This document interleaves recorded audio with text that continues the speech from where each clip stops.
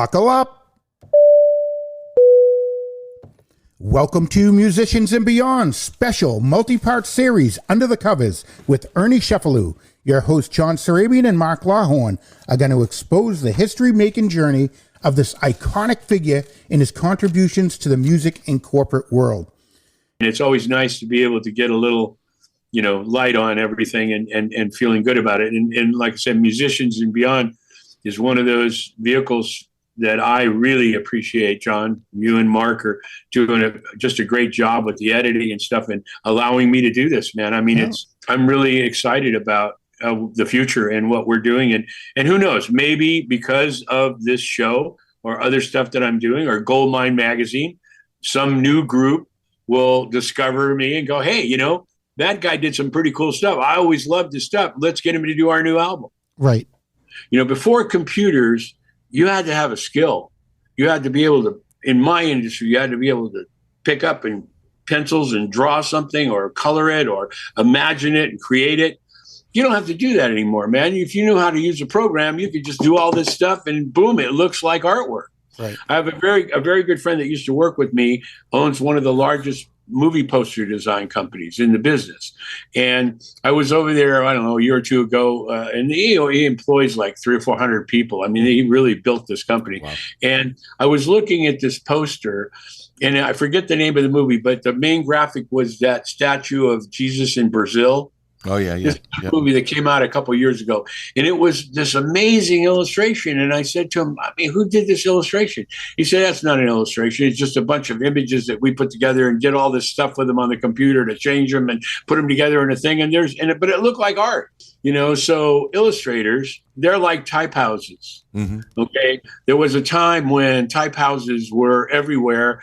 And now every computer has its own type house. It has its own Photoshop. It has its own retouchers. If we wanted to retouch something, we'd have to go to a retoucher who specialized airbrushing and all that. Now they just clone it and do this thing, and it takes no time at all. So that I think that at least in my industry, and I'm sure I'm not the only industry, but I'm sure that, it's kind of replacing that human element with, and I've heard from other people, this guy I'm doing a movie poster for, he produced it, directed it, starred in it. It's a really good film. And he went to this place that just does indie films because he's going to do it in the festivals and stuff. And he said, they gave me 3 or 4 different things to look at, but none of them, they all fell a little bit short. They just didn't have, it was missing something, and they didn't know what it was. And it's the emotional connection that you create with what you do to reach other people, to have them respond, especially with short attention spans today. You got no chance with doing something, that is not captivating and immediately. Yeah, I don't think anything can replace the human touch. No, it really can't. And they've realized that in music, you see, where they got so refined with music and digital and all that stuff, and people started going back the other way. They missed the crackles and pops on records. And, they just, it wasn't, anybody could sound great if you could get into a recording studio and they can do anything with your voice, So it's all kind of like the ones that got the Grammy and they had to give it back. Oh, Milli Vanilli?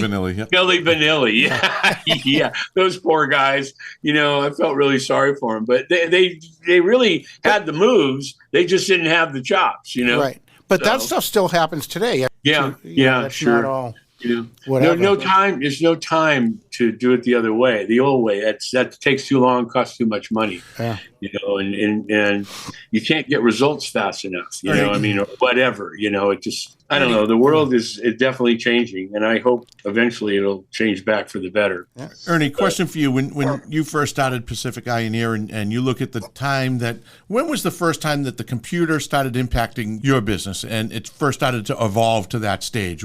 That's funny, Mark, because nobody's ever asked me that question. But it's funny. I do remember it. I remember when it was in the mid 80s, probably 83, early 80s. And the Macintoshes came out, those little computers with the little tiny screen, and Nestle was our biggest client. And they had started bringing them in, and they really sort of demanded that their vendors knew it. And so luckily we had a girl who was really good at it, and we actually lended a hand to Nestle and a couple other companies on how to work and, make these things work with email and stuff. It was that primitive.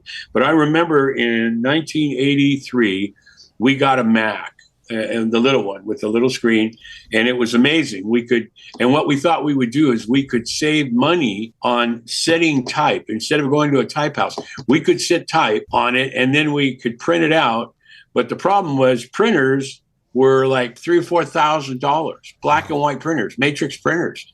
It was crazy. Now they give you the printer for free if you buy the ink. Right. It's one of those things. But I remember we had this waterbed client, and we were going to make some money on saving for the copyright. We didn't have to send it to a type house. And we were doing this brochure, and we needed to get it done. And so we set all the type in the computer. And there was a place in Santa Monica that you could rent the printer by the hour. Okay. And so we took our little floppy disks down there and put them in and printed it all out.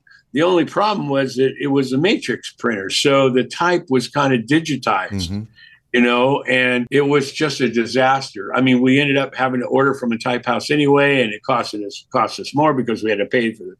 But, and so I'll never forget that. And then my partner at the time he was a musician, a keyboard player, a singer, and he was very technical, so he got into it. He figured out we were able to do certain things with it, but it really didn't start impacting our business until a few years later when it got more sophisticated and you could do more things.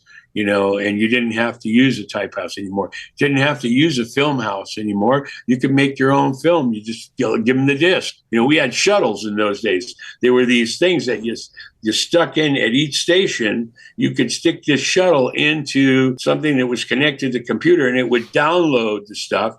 And so Mark is working on it here. We put the shuttle in there, download it, and we take it over here to John's station, and we put it in that shuttle thing, and he converts it over. And that's how you couldn't send stuff back and forth, the way you can today. I mean, now you can take huge files and WeTransfer them. Yeah, it's amazing. It's amazing what you can do now. I mean, we're talking to you. I remember floppy disks. We had floppy disks. That was the state of the art. And now it's a joke. It really did. Luckily, I was able to, just like today, I can stay relevant today, but it's like John Henry versus the steel driving machine.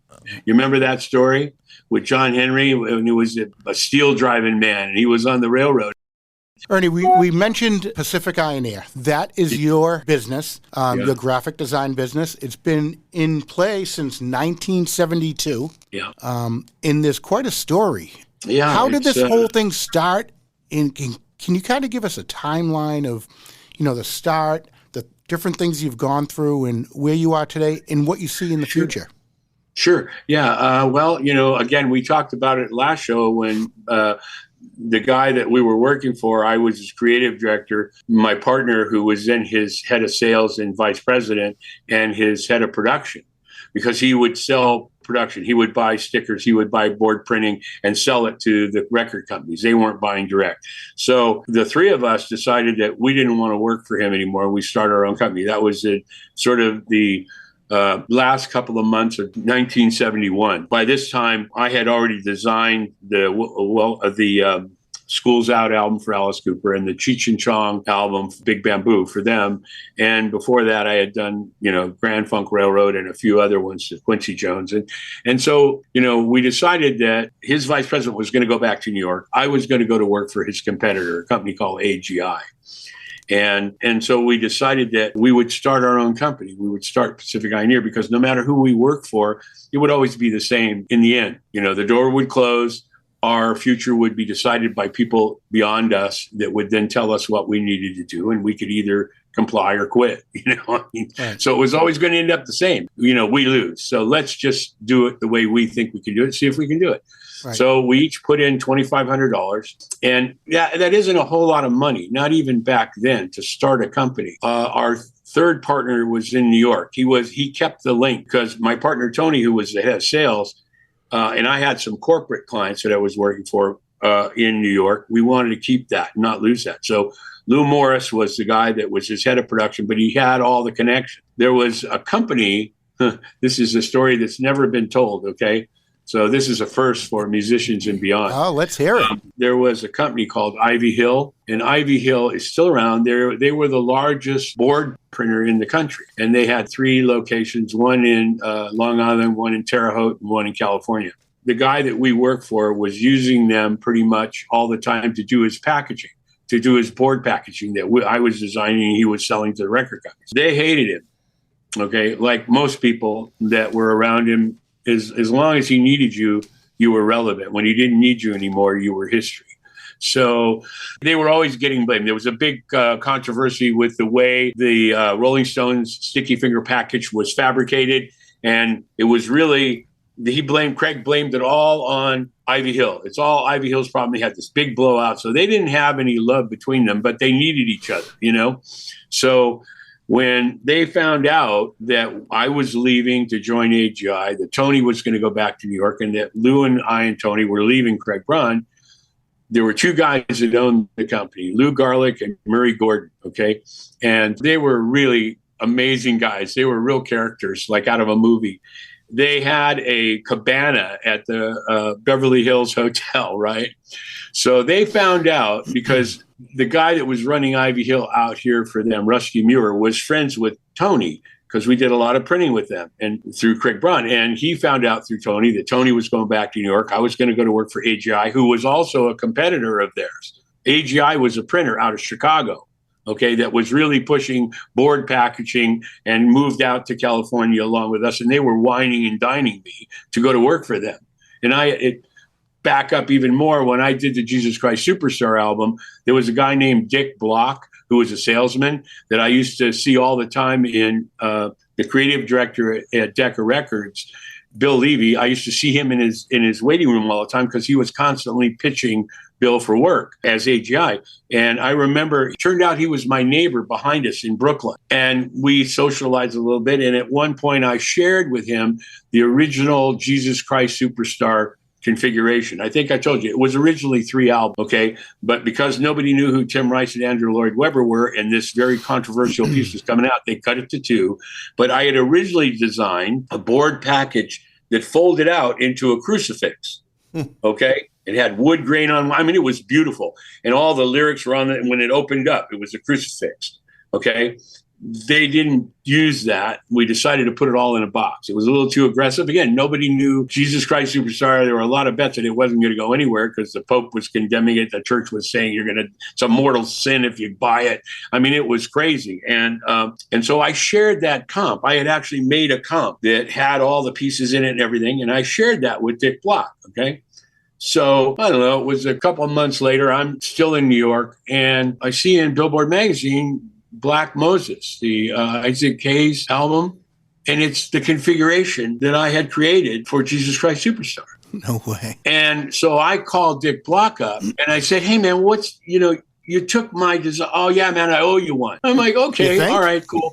So cut 2 months later, I'm out here in California, fed up, because I was on a 3-month thing out here to set up the art department and then go back and be the creative director in the New York office. And so Dick came out, and they were setting up a facility here, and he called me up and said, hey, we're moving out here, and I'd love to take you to lunch. Okay, cool, no problem. So when he took me to lunch, it's like I said, I've never really told this before, but he took me to lunch, and he said, well, where would you like to go? So I knew there was this very expensive restaurant. So we went there, and I ordered the most expensive thing on the list. I swear to God. And I don't drink, but I was drinking wine. So I ordered 3 or 4 glasses of the most expensive wine, right? So, and he's talking about how, they're going to do this thing, and they need a creative director, and, you could be the guy if you want, it's your job. So I ended that with ordering dessert to take with me. Okay. A nice mousse. I don't think I even ate it. I took it back and gave it to somebody else, but the most expensive stuff. Right. And he's smiling and I'm smiling. And I said, well, let me think about it. I got to talk to Bonnie. Let me think about it. We're out here. We still have our apartment in New York because I was supposed to go back. And so a couple of days go by and he calls me again. He goes, well, have you had a chance to think about it? And I said, yeah. I said, why don't we go to dinner? Okay, let's go to dinner. So I went to Le Dome, okay, which, was even more expensive than the lunch place, right?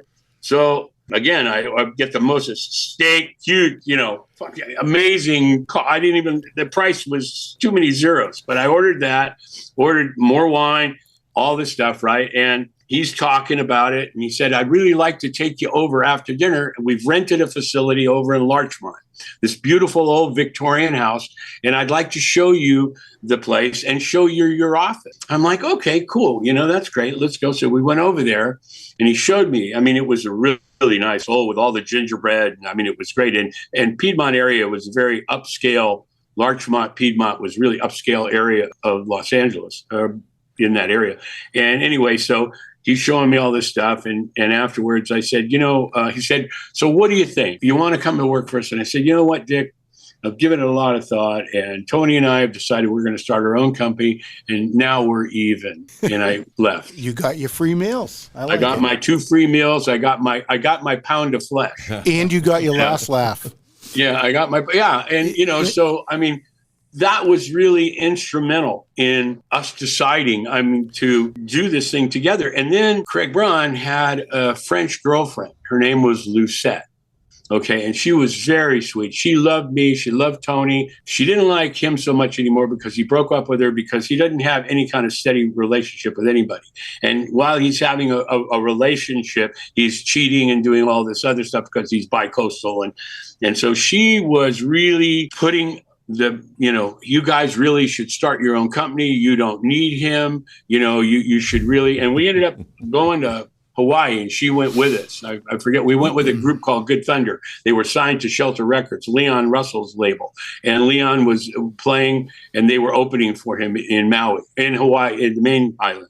And so we all went over there. And Lucette was with us, and that was right at the time when we had just started Pacific Ioneer. But she was real instrumental in doing that. It was January 1st, 1972. We started the company. Wow. And we had Tony had moved out of the apartment so Bonnie could move here with me, because Craig would only rent an apartment for Tony and I. Bonnie was in San Jose, so she came here full time. Tony moved into a little cottage up in the hills of Hollywood, right above a kitty corner from Capitol Records. It was beautiful. You couldn't even see the house from the ground because there was all these trees, and it was a great place. So we moved in there with him. I moved out of the apartment that we were rented for us, and we moved in there with him, and that's where we started Pacific Ioneer. The kitchen table was his office when we weren't eating. The coffee table was my office. Bonnie was on the phone on the couch, and she answered the calls. And there was the 3 of us, and we started it. And then we hired a production artist, a kid named Dean Marion, who was amazing with tools, so he could do all the mechanicals.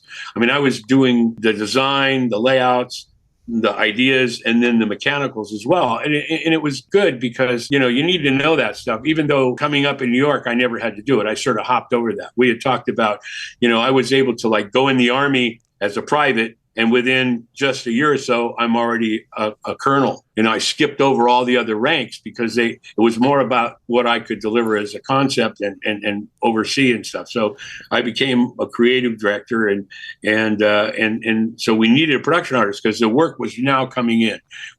Captain Beyond was one of the first groups that embraced us, aside from Alice. I think I told you we had done the School's Out album, but this is another first. I liberated the comp that I had created when I left, so they couldn't figure out how to make it work. They couldn't, because if you know the package, it's a school desk, and then there's panels that pop out from the bottom and a thing that goes over and locks it in so it'll stand up like a school desk. And then they couldn't figure out how the hell to do it. Tom Wilkes is now Craig's partner, and they couldn't figure it out, and I don't know, what happened, with it. I don't know. It was there when I left. I don't know, because Craig was adamant. He wouldn't talk to me. He would talk to Tony, because he and Tony were good friends. And even though Tony had left with me, he would still have that line of communication a bit. That was your first case of company espionage, corporate espionage. Yeah, well, and here's the odd thing, okay? Even though Tony and I were partners for 14 and a half years, he had a complete falling out with Craig in the beginning. Everybody went their own ways. And then after Tony and I split up after 14 and a half years, guess what? He moved back to New York and went to work for Ivy Hill, where Craig was working as well. Timeline this for me, Ernie, real quick. Just because we started the other day, or we've talked about it a few times, the mescaline trip where the idea was formed. Then you take $2,500, you each form that, and that the business is formed.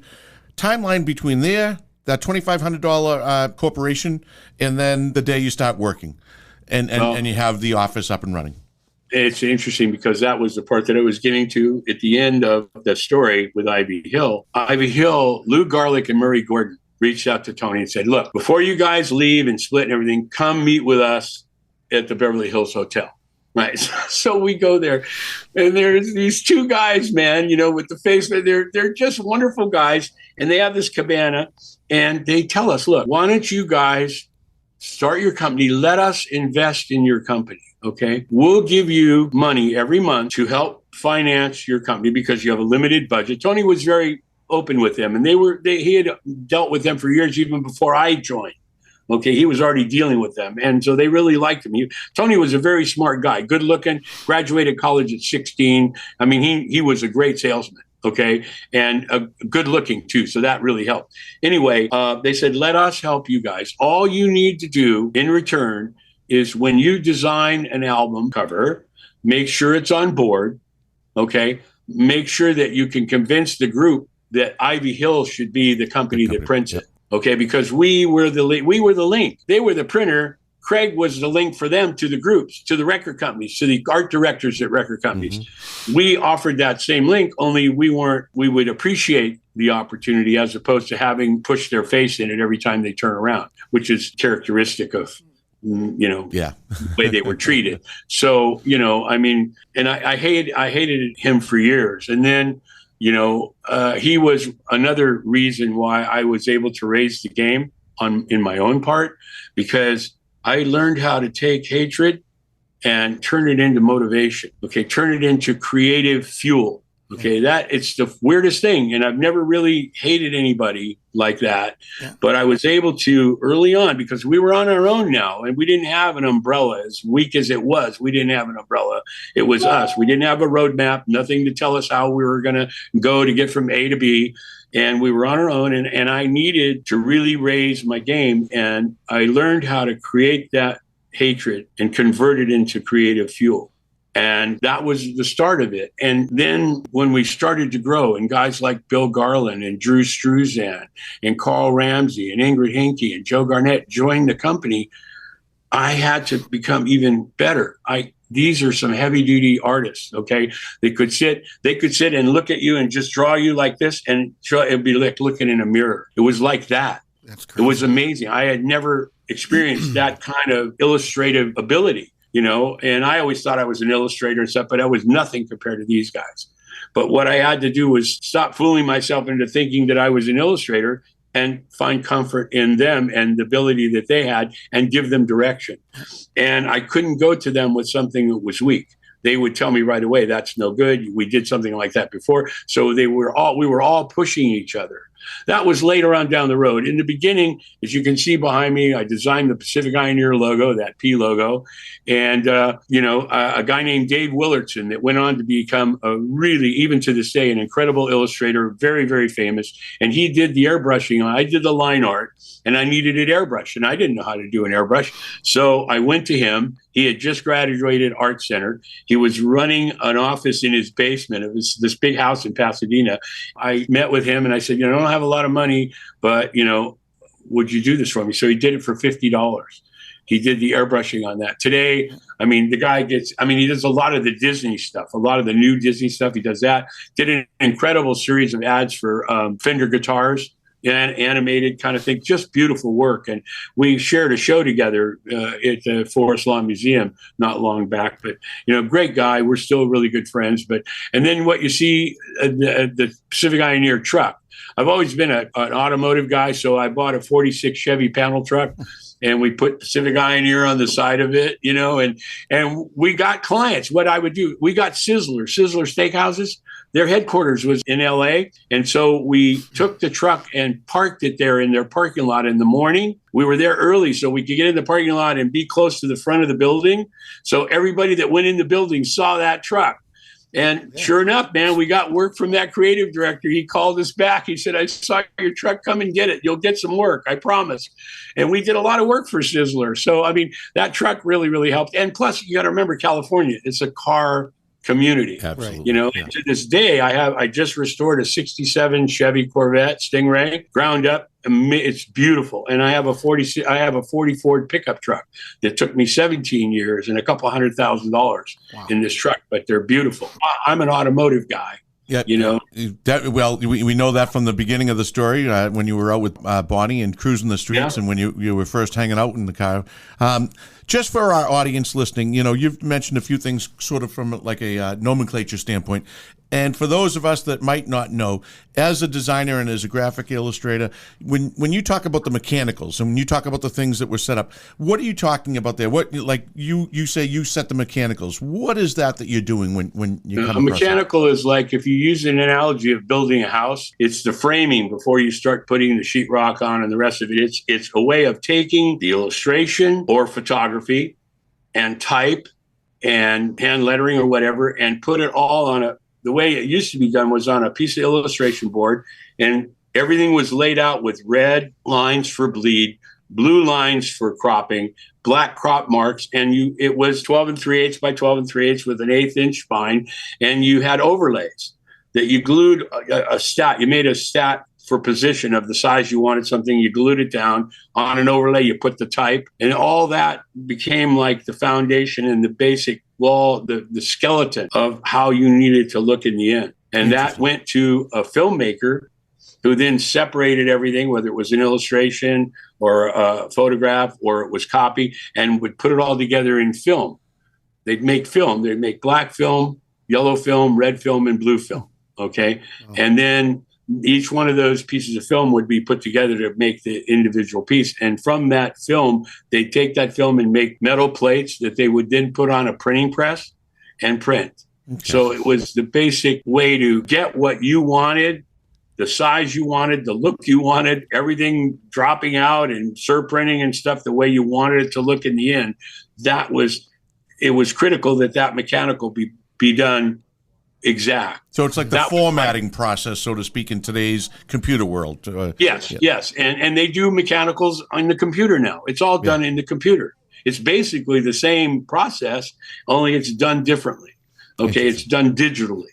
And the funny thing is that when we moved a few times, and we were for a long time on La Cienega Boulevard, we had this whole top floor of this building, and we decided we bought a fourplex and we were going to move the office into this fourplex because I was paying rent, Tony was paying rent, we were paying rent for the company, and it seemed like it would be better if we owned a place and at least we'd have something to show for it at the end of the year. So we bought a fourplex and we were moving all our stuff into the fourplex, and we didn't have room for all the mechanicals. I filled 3 dumpsters, you know, those big green dumpsters. Yeah. I filled 3 of those with mechanicals that today on eBay or on the internet, I could sell for a lot of money. I was just thinking that as you were saying it, I'm like, wow. Yeah. All of that stuff. I mean, that would be the mechanical that made the finished piece. So you have the mechanical, you have the artwork and all that. Then you have the mechanical, and then you have the finished piece. So it's a 3-step process. So you'd have all 3 steps. Yeah. I kept a few. I have a couple, but honestly, there were hundreds that we threw away. You know, just didn't have any room. But who the hell would have known back then, you know? Yeah, there was no, I'm talking 1983. Computers were just starting to come in, and there was no internet, not really. The government had it, but civilians didn't. You know, I mean, the public wasn't like it is today, where you just go, you know, everybody, these guys that I was talking about earlier, I sent them my resume and said, oh, by the way, send me your resume. So I know what you know what I'm about. I know what you're about. And this way we can understand the value that each of us brings to this project. And I sent them my bio, which is a typed out 3 sheets of all the stuff. They referred me to LinkedIn, you know, and I'm thinking, you know, that's how it's done today. You know, I'm old school. I actually have a printed resume that is on paper, or it's now an email that I can send you, but it's typed. You go to LinkedIn. and it's like, okay, I mean, it just seems like they're missing something, Right. and it is like we talked about earlier. It's that emotional connection. Emotional connection, the personal touch, that personal touch, that human love. touch. It is. It really is missing, and it's getting further. And I feel like I'm on the dock watching the ship go off into the horizon. Right. And not regretting anything that I've done. I don't really want to be on that ship because I don't need to be, and it's kind of weird, I guess, to think that way, but I'm still relevant. I keep myself relevant. And part of it is because I can still do sketches. And the idea is important. Without the idea, like these guys, they don't have the idea. They're looking to me for the idea. Once I give them the idea, then I'm vulnerable. They can just take it and run with it.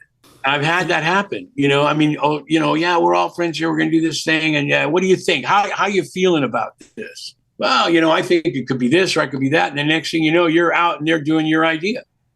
Right. And that happened to you a bunch of times. Oh, yeah. Oh, a lot. And I remember when I was working on Madison Avenue, there was a sign because there were a bunch of agencies in the building and stuff and other companies and stock companies and stuff. And there was a sign in the elevator that said, be careful about talking about your idea because then it becomes their idea. And it's true, I mean, people talk in elevators, other people listening, whatever, sharing an idea with somebody like I did with Dick Block. And the next thing you know, it's done for Black Moses and Isaac Hayes. And I had nothing to do with it. He just took my idea, and there's no remorse on any of that stuff. And it's done even more today. They call it a tribute.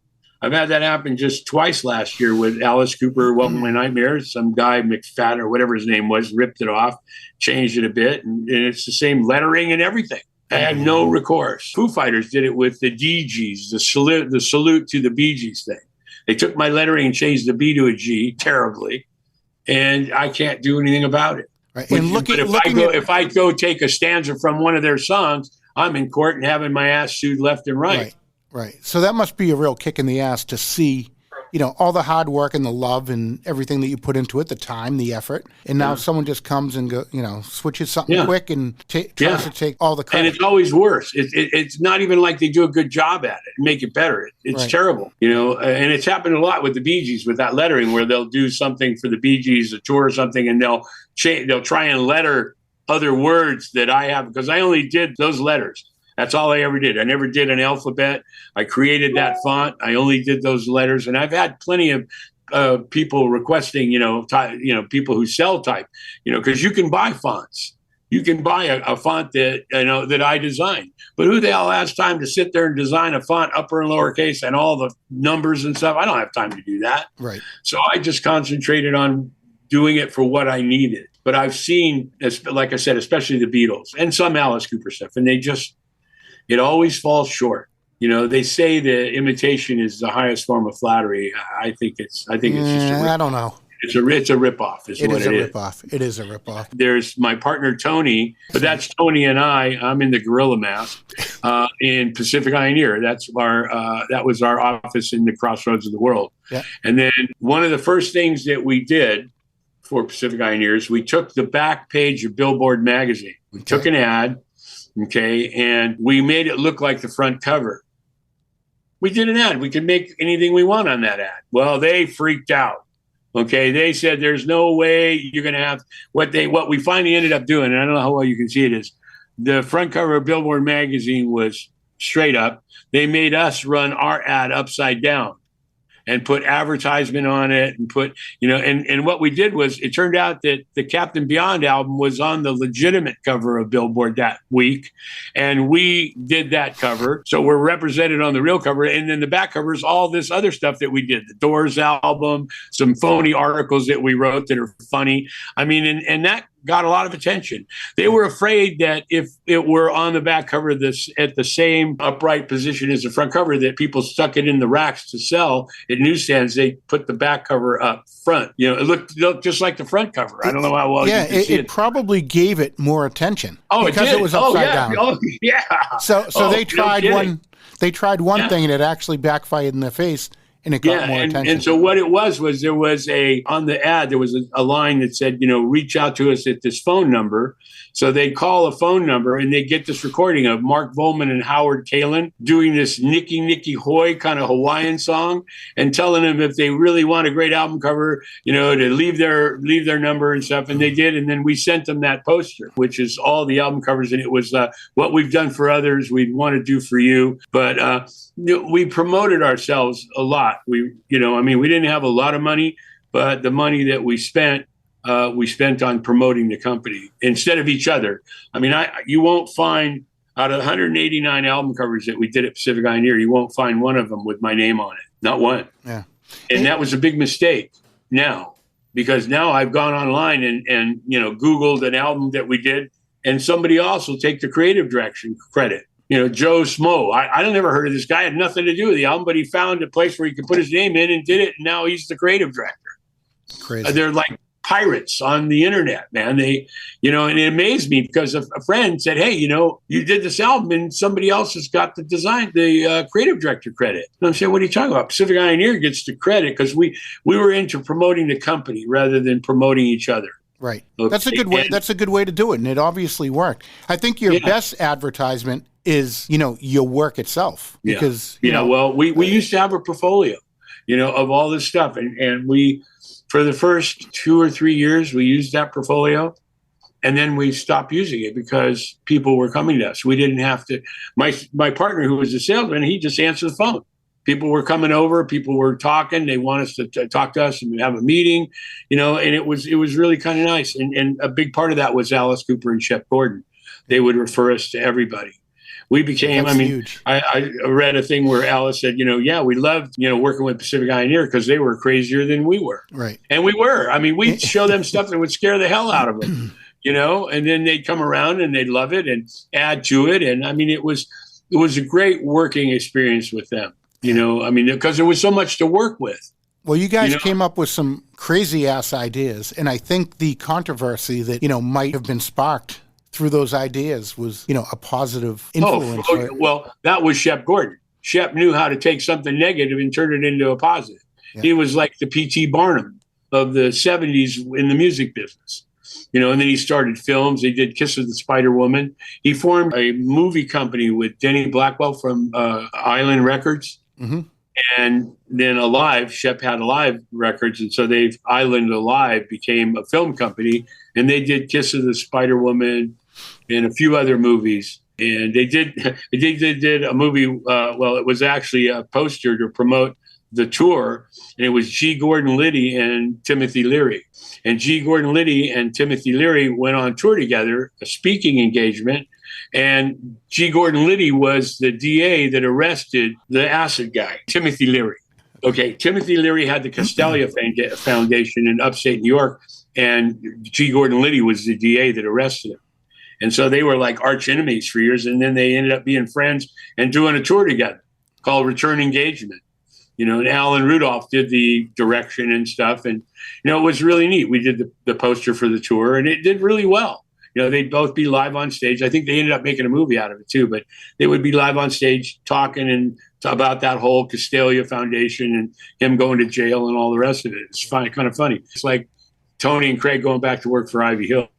Yeah. It was a very weird experience, and thankful to them, to Ivy Hill, that I don't think we would have been able to do it without their help. I mean, it was hard. I mean, we were selling album covers for anywhere between $1,500 and $3,000. That's all in. Illustration, Black Sabbath, okay? We sold that album with the illustration, the design, the lettering that I did that they changed later, mechanicals, everything for, I think, $3,500. Wow. Yeah. What do you think something like that is worth today? Well, those two pieces, the front and back cover, are $300,000. Wow. Yeah. Well, I mean, there's a lot of provenance with them, along with being at the Smithsonian for 18 months. They were illustrated by Drew Struzan, who is the most collected illustrator in the world. There's a couple of guys out there that want them real bad. So I found that the best place to be in any kind of negotiation is to have the ability to say no. Right.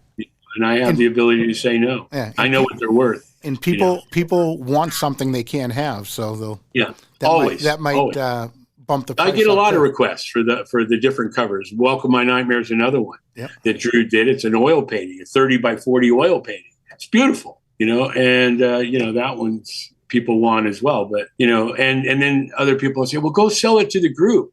Go tell the group you got the group wants it for free. They think they own it. I got into a big argument with Maurice White from Earth, Wind and Fire. We did that logo for them on Open Your Eyes, that cover we did, and we did this beautiful Earth, Wind and Fire logo. Drew did it, and he wanted it. And I said, well, buy it. He said, no, we own it. I said, I think, again, you don't own it. You only had the right to use it. On the back of that painting is a sticker that says, this art is exclusive property of Pacific Eye and Ear. Yeah. So, and now I found out, I think I had maybe mentioned to you, that after 35 years, all the rights go back to the creator. So I co-created every piece that's in my collection, every piece that we ever did. I co-created. A lot of it I created myself, all these pieces with all these different illustrators, and a lot of pieces on my own without anybody else. So I own all of it, and it's great. I mean, I'm very, very lucky to be able to have hung on to as much of it as I have. I gave away a lot of it. There was a flood in my parents' basement years ago, and I lost a lot of pieces down there, a lot of Struzans. I mean, but, I again, like learning how to convert hatred into creative fuel, I learned to stop regretting what I don't have and appreciating what I do have. Yeah, it's a good way to look at it. It's a good way to look at it. So, I think it's a lesson you're learning in life, Yeah. You just have to ease up. Otherwise, you go nuts and go crazy, and stress will kill you. That is true. That is true. Ernie, you've been at this for a long time. You've been recognized all over the world for different pieces and in the art world as well. What were some of your highlights of your awards and trophies throughout your career? It's so funny because I watched part of the Grammys, not a lot of it because it's really stupid. But back in the day when we did ads that were more head on than that. But you'll see, when we went to the Grammys the first year in 1972, I had an eye out of my jacket and Tony had an ear. Okay. And we were like dressed in suits, and that got a lot of attention. We were very, very disruptive. Nobody did that. It wasn't even being televised in those days. This is 1972. It wasn't even being televised. It was at the Palladium, so it wasn't a big thing. We rented a table for the group of Pacific Eye and Ear people, and we had this great time there with, and we kept the ear and the eye in our chests, and and we got some coverage when we walked in. They took pictures. The Grammys had a little pamphlet that went out to everybody after the awards and sort of had highlights and who won what, and they had a picture of us. Of course they did. From the 1973 Grammys, where we were nominated for $1 Billion Babies. We didn't win the first year with the eye and the ear. We were nominated actually for two. We were nominated for $5 Shoes, which was an early punk band on the music scene. And we were nominated for Schools Out, which was sort of taken away from us, or me, because it was best album cover design. And so it was sort of taken away from me and Tony, because Tony and I did it together. We sold it to Shep Gordon. And, it was kind of weird. We were nominated for two that year. Neither one won. The next year, we decided we were going to get more radical. And that's when we designed these balloon diver helmet things with the eye and the ear and the hair. And that was because we had tuxedos and white gloves, and we walked in with Roberta Flack, and they took all these pictures. It was really a great thing. But more than anything else, it was, even though we never won, it was kind of neat because, we got a chance to do that. Never got nominated again, even though some of the packages we did were better than the ones that we had gotten nominated for. So. Right. Just to be nominated is a huge honor. Yeah, sure. It is. I love being in the running. And for me, it doesn't matter. It's like the logo for the Stones. It doesn't matter where Pichet's came first and mine came second, or mine came first and his came second. It doesn't matter. Being in the running says that you had a chance to be number one. And whose idea was it for the eye and ear? Well, what happened was we decided that we could go to the Grammys like everybody else. But I think I had said before, Pacific Eye and Ear was a real disruptive kind of attitude that everything we did. Yeah, the more I learning about you guys, the more I'm finding that out. Yeah. We didn't really go and we carried that over from the record companies to the corporate world too. What would you would consider in those days, it was called out of the box, but today it's called disruptive. You have to yell it from the mountain. You have to tell the story so that the next person that tells that story tells it even bigger. For us to get those 2 nominations in the course of Pacific Pioneer, we got 25 gold albums, 3 Grammy nominations, a triple platinum album from Burton Cummings' tour, we did for Dream of a Child. I mean, that was a lot. I mean, that's huge. that was, but getting the Grammys, was sort of it was a great way to start it because we were brand new. I mean, Pacific Pioneer started in 1972, January 1. We had only had 3 months of bonding, Tony and I, before we started Pacific Pioneer with Lou Morris. There was the 3 of us. So, we were kind of now on our own, was us. Right. And so getting those Grammy nominations gave us that reassurance, not only that we were doing good work, but we were working together, man. I mean, it was like under the covers, True. It really was like that, Yeah. So So Ernie, what is your thoughts for the future? Do you think there's a chance for coming home with the Grammy? For me? Yeah. No. And what we did with the helmet and stuff, I mean, that was considered disruptive and radical and, my God. And today, I mean, these people are crazy, man. I mean, all the costumes and it's all so staged. It's all so Hollywood. Well, yeah, the times have definitely changed. And, you've been at this for 50 years. And it seems that your story is really getting out there now. There's a lot of interest from all kinds of people. And hopefully we'll see some kind of a big documentary on you, because what you have is, an amazing story. So, and it's been like that all along until now. It's taken 50 years. Okay. It's taken 50 years. But in the end, truth wins out. Truth will set you free. And I'm getting so much positive feedback from all the people on Facebook and all these other Twitter and LinkedIn. I mean, it's just amazing. Yeah. And, Musicians and Beyond, Ernie's Corner, some of the other stuff that's happening, is just amazing. And it's helping people understand. The guys at the show that I'm doing with them, they're talking about doing the documentary, and you and I had talked about them. Yeah. And they refer to it as the missing link. I'm kind of like the missing link between really a is. lot of stuff. I mean, it's the stuff that you have in your head is unbelievable. Yeah. I mean, it's got to be out there forever, because it's quite a story. Musicians and Beyond are ensuring that. Well, we're doing our best. We're doing our best. You're doing a great job. Thank you. And Joyce's, I've been watching Joyce's clips. She's good, and she educates. And as to you, you're giving us the ability to talk about how all this happened, and people need to know, because every new generation will be listening and looking at this. Absolutely. This will be there forever. Yeah, and that's what we want. That's what we want. Forever. Exactly. And I appreciate you and Mark and Musicians and Beyond giving me the opportunity to do it. It's awesome. True. So you've been going strong since 1972. Yeah. You haven't taken any breaks. No, not really. I once went 7 years without working 7 days a week without really taking a paycheck for 6 or 7 months at a time. And different look, because when you own a company, it's like having a child. Okay. And when the child is healthy, that's great. And then the child gets sick and you have to be there. You have to take care of it. You have to sacrifice. Instead of doing this with the money, you need to go buy medicine for the child. Okay. So my employees never went without a check. Okay. But I went many, and so did my partner, Tony. That's just what you do. And those are the sacrifices you make. And and when Pacific Pioneer ended in 14 and a half years later, 1984, it was kind of devastating, but for about a year, my partner and I had been growing apart. It was a lot of, we were growing apart. It's like a group, they're so tight, they're like a family. He was like my brother, and the 3 of us, him and I and Bonnie, it was us against the world, and because for 3 months, we ended up buying the 3rd partner out. He didn't understand the difference between being an employee and being an employer. And it's really hard when, my partner would spend hours with him on the phone every week trying to tell him what he needed to do, aside from just buying production.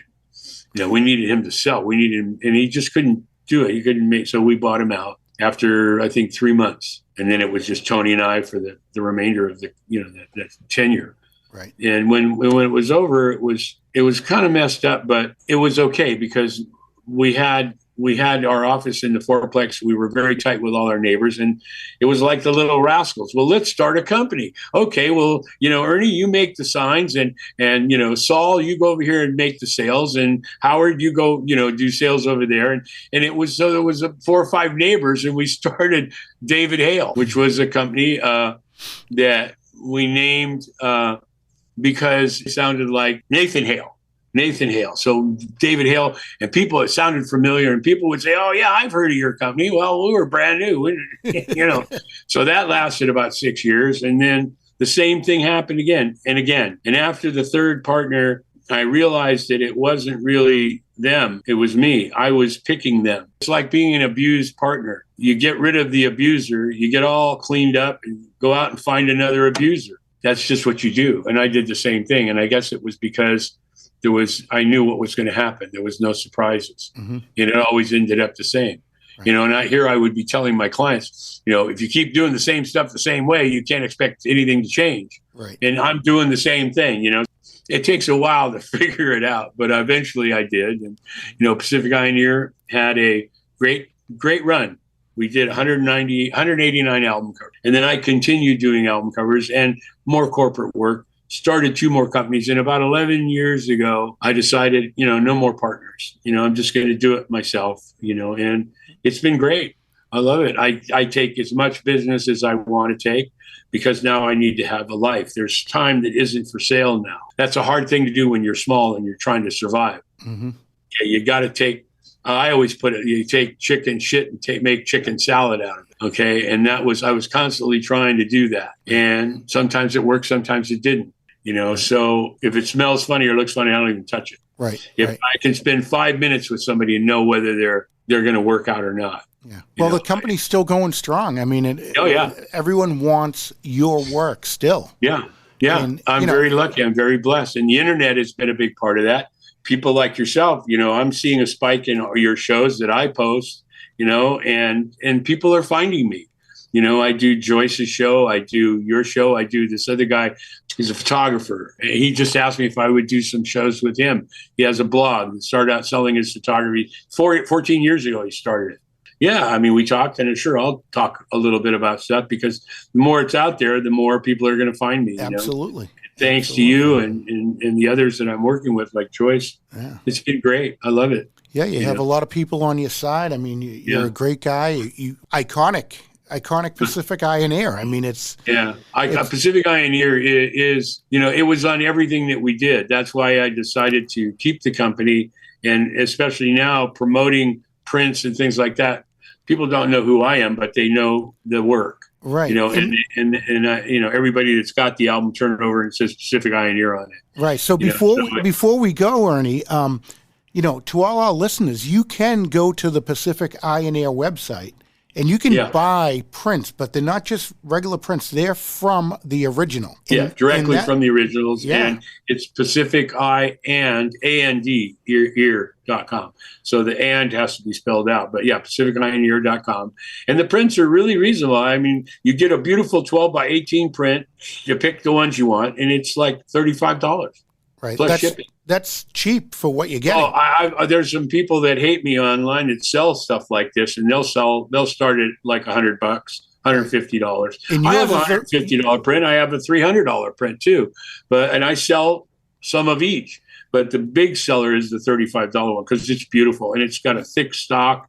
I've got a great printmaker. I go there every time a print is ordered and we look at it and talk about it. I make sure that it's done. And it's, like you said, it's made directly from the original. Yeah. And you'll autograph them I number them. With the more expensive ones, they're numbered and signed and come with a letter of authenticity. Yeah. The $35 prints, I'll just sign. Sometimes people want me to draw the Rolling Stones tongue on it. So I do because it's added value. It makes that print an original, okay, because it's got an original drawing of the Stones tongue on it. Yeah. So, I do those quite a bit.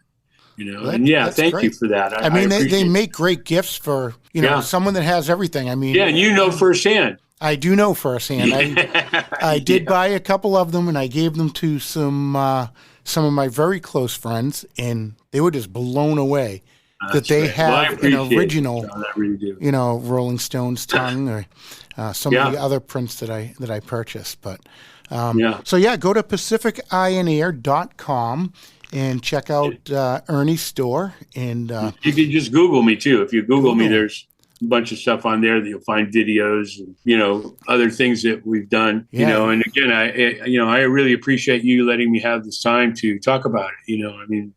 Again, I keep trying to create history, instead of becoming it. It's something that I wrote a couple years ago, and it's so true. It resonates very heavily with me. And I've had people say, well, you are history. You've created history. Absolutely. Yeah, I don't want to keep on creating it, and thanks to you and thanks to people out there that reach out to me, I'll keep on creating it.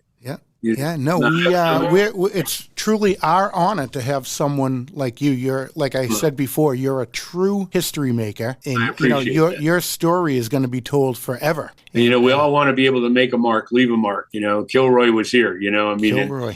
I want to these things, the things that we do, the things that I've done, the stuff that each generation keeps rediscovering the music. That's the beautiful thing. It isn't like it was done and then it went away and nobody ever hears about it again. There's a lot of history that's like that, but because it's music and films are the same way. They keep, every generation rediscovers them, sees more in them, and music works that same way. And the images that we created, it's not done like that anymore. Yeah. So it's history in a lot of ways. And, I think I told you, I once saw an interview with Dick Cavett and Ted Turner, and Cavett asked Turner, he said, you've made it and lost it, made it and lost it, and you've done a lot of big things. What's the smartest thing you ever did? He said, buying all those old movies from, and starting Turner Movie Classics, because people love nostalgia. They do. They do. And what I've done is nostalgia, but it's nostalgia that every generation, it becomes current again. Yeah, so you're taking the old and making it new and keeping it current. Yes. I love it. Yeah, I love absolutely. it. Again, you are listening to Musicians and Beyond. This is a special series with Ernie Cefalu, and we are calling it Under the Covers. And we want to thank... I love that name. You guys came up with that name. It was perfect. Isn't that the greatest? It is. It really is. And and we really are getting under the covers with you. Yeah. We're finding out... Yeah, today we heard a few things that have never been told before. Yeah. I would call that breaking news. Yeah, well, I've got a bunch of those. We'll talk about those. Yeah, we can't wait to hear more. We're looking forward to our next episode, and we want to thank you again, Ernie, for taking time out of your day and coming into our studio and sure.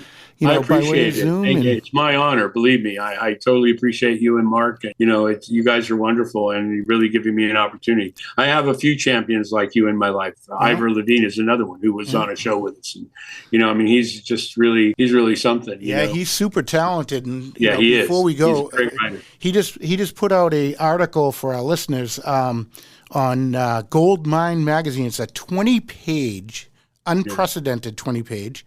layout on Ernie and his story, and I'll tell you, you are not going to be disappointed. And Ivor really hits some amazing things, and he talks. That story was a 30-page story, and they cut it to 20.